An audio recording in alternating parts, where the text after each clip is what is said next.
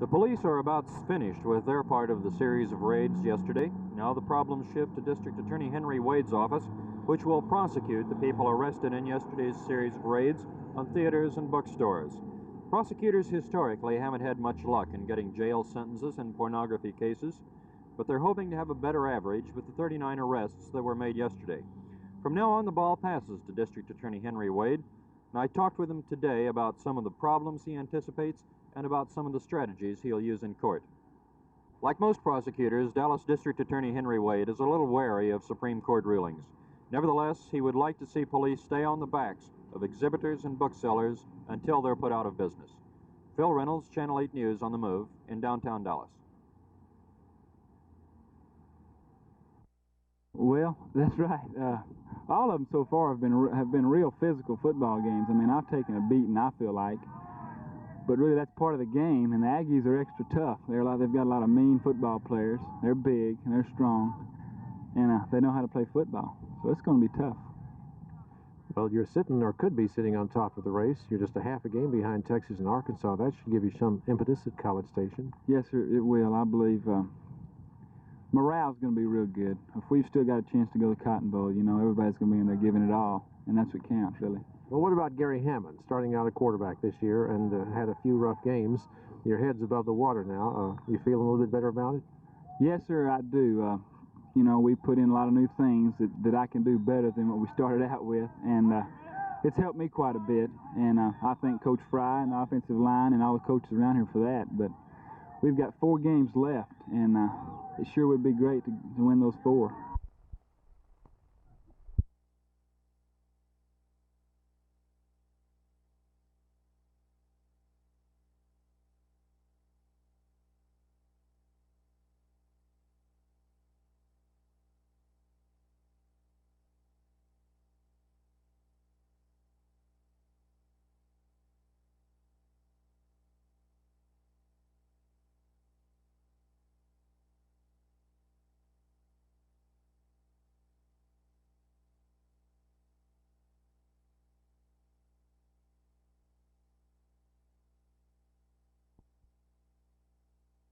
We can now receive state funds for transporting these students. However, the legislation did not provide for the initial capital outlay in purchasing buses to be used for this purpose. There is operating money if the local school district can come up with the funds for purchasing the buses. We are proposing that the state provide capital outlay costs for the initial purchase.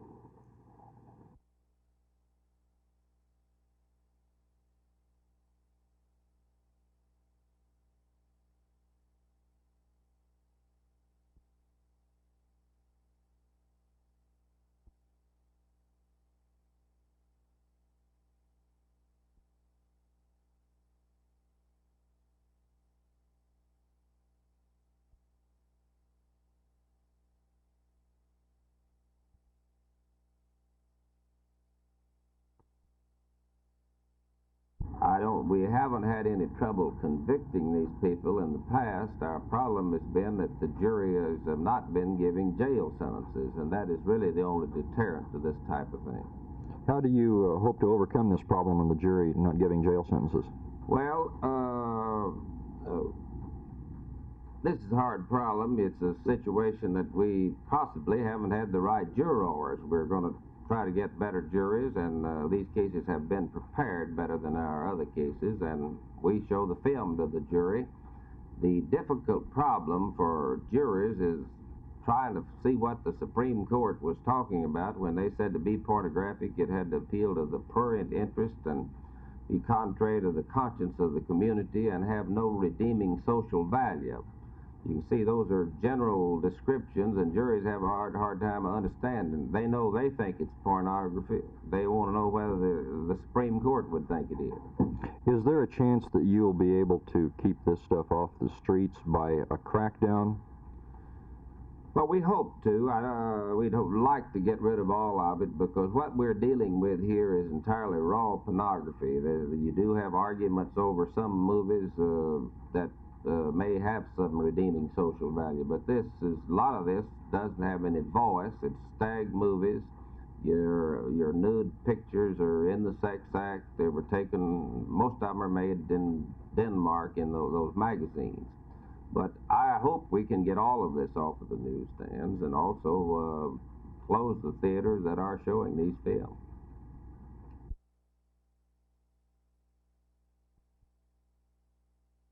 Since I've been on the council, there have been several complaints of inappropriate actions by members of the police department. We have, in each case, directed the city council has in each case directed an investigation of those complaints. And this is what we are concerned about, not any specific incident. Have the results been satisfactory to you? In my opinion, the results have been satisfactory, yes.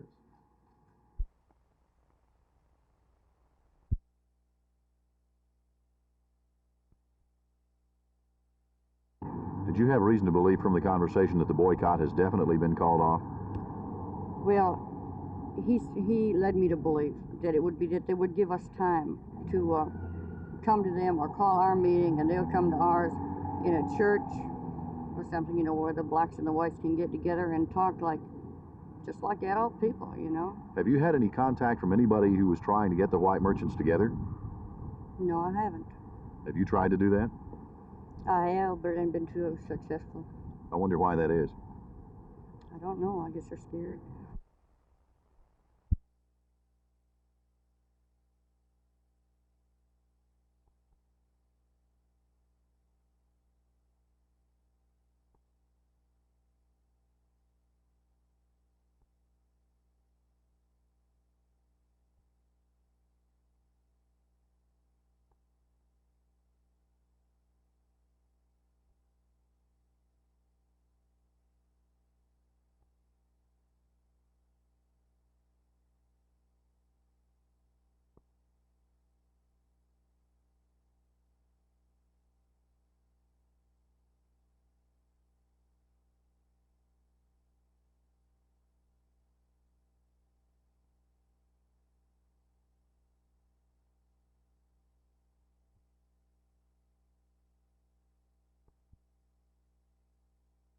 We know that Mr. Kelley is interested in one thing, and that's social changes.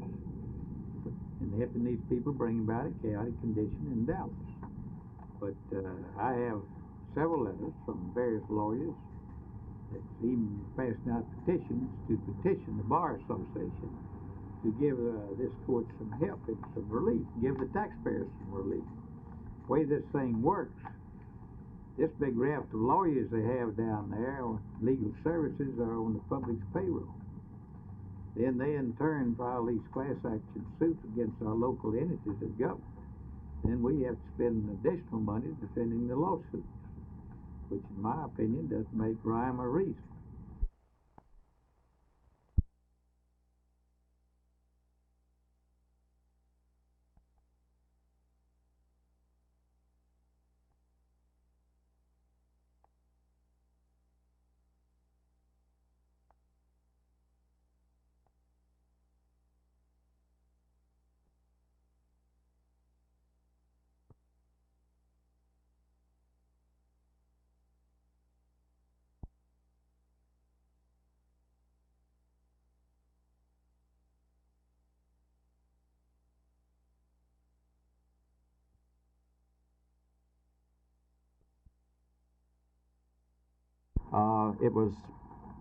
It came out in the press that some of the parties wished the city council or the mayor to get involved, and certainly at that point, at the point at which it became an untenable situation, apparently, to my viewpoint, I felt it was time to intercede.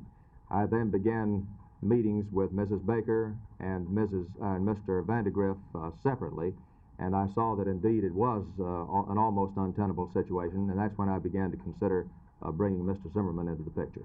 That's his professional job, and I think he'll do a tremendous job at it. He's a highly intelligent, highly well-informed individual, as well as being trained in the matter of conciliation and mediation.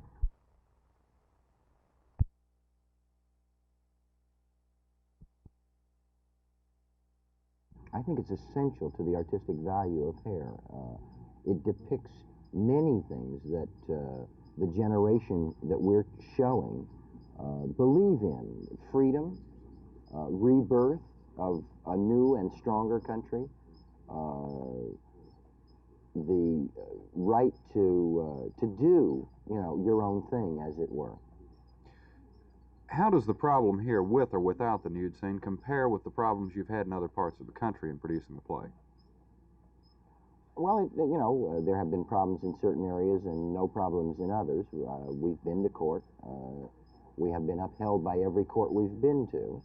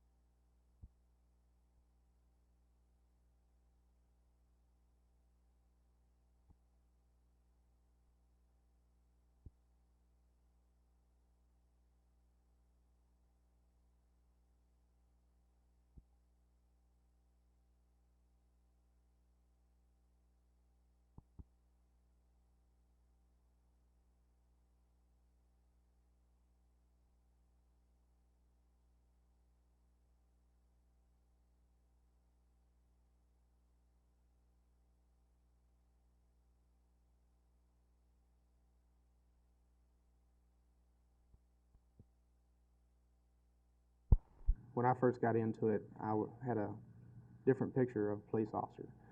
This is totally changed now. I have the highest of respect for a police officer, and I do plan on going into law enforcement as a career.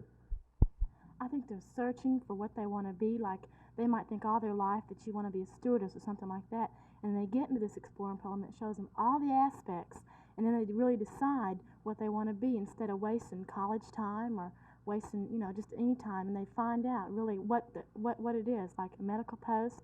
They find out everything, all the aspects of it before they waste time.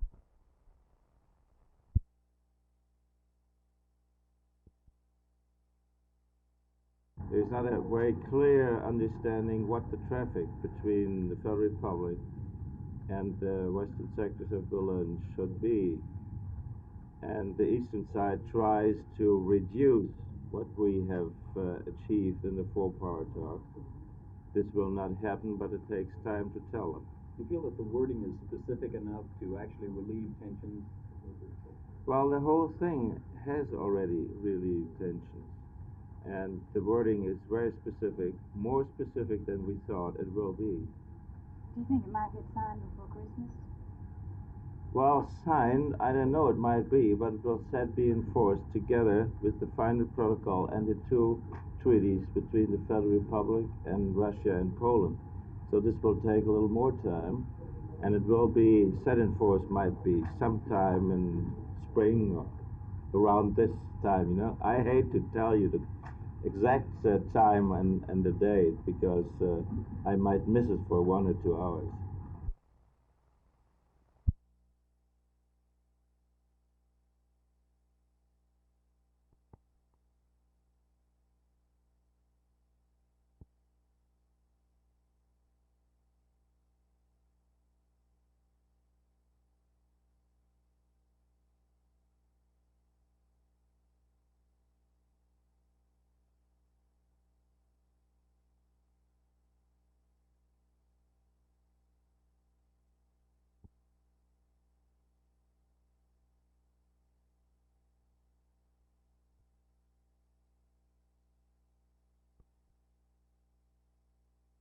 Well, because this is the #1 tourist center of Texas, and about 90% of our customers come from tourists, and so it's obvious we should be here instead of East Thornton Freeway. You feel that you'll do a better business than in Grand Prairie? Yes, sir, I sure do. I think we'll do 2 to 3, 4 times as much business. Why did you move from Fair Park? Well, because of lack of space. We're in a building over there of approximately 20,000 square feet, and we have it so full that it's very difficult to even get through it. We can't add anything else, and there's so much that needs to be added.